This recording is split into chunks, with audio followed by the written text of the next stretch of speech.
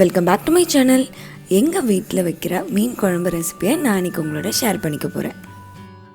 ஒரு கடாயை சூடு பண்ணிக்கோங்க. அதில் 4லேருந்து 5 கரண்டி வரைக்கும் நல்லெண்ணெய் சேர்த்துக்கோங்க.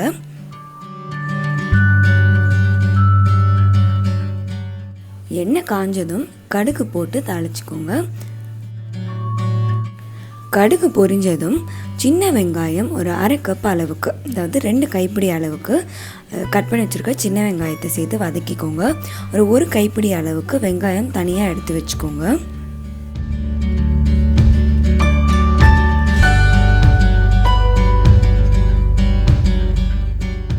வெங்காயம் கொஞ்சம் வதங்கினதும் அது கூட 1 டேபிள் ஸ்பூன் அளவுக்கு நசுக்கி வச்சுருக்க பூண்டு சேர்த்து அதையும் வதக்கிக்கோங்க.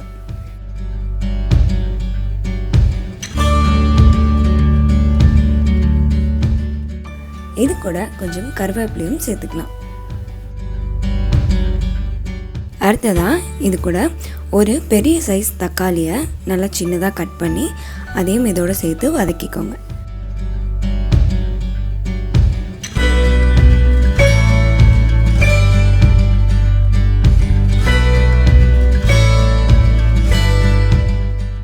இந்த தக்காளியும் நல்லா வதங்கினதும் இதில் இப்போது மசாலாலாம் சேர்த்துக்கலாம்.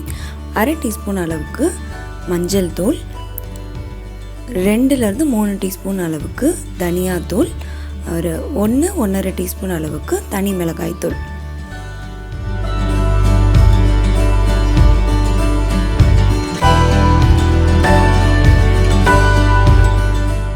தேவையான அளவுக்கு உப்பு, அதோட ஒரு 1/4 கப் அளவுக்கு நல்லா திக்காக கரைச்ச புளி கரைசல், இது எல்லாத்தையும் சேர்த்து கூட கொஞ்சம் தண்ணி ஊற்றி அந்த மசாலாவோட பச்சை வாசனைலாம் போகிற வரைக்கும் வதக்கிக்கலாம்.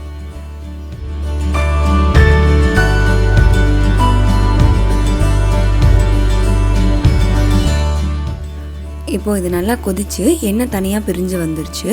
இப்போது அரைக்க வேண்டிய பொருள் என்னென்னா 2 பெரிய சைஸ் தேங்காய் பத்தை, 1 கைப்பிடி அளவுக்கு சின்ன வெங்காயம், 1 டீஸ்பூன் சீரகம், 1 டீஸ்பூன் மிளகு, இது எல்லாத்தையும் கொஞ்சமாக தண்ணி சேர்த்து மிக்சியில் நல்லா நைஸாக அரைச்சி எடுத்துக்கோங்க.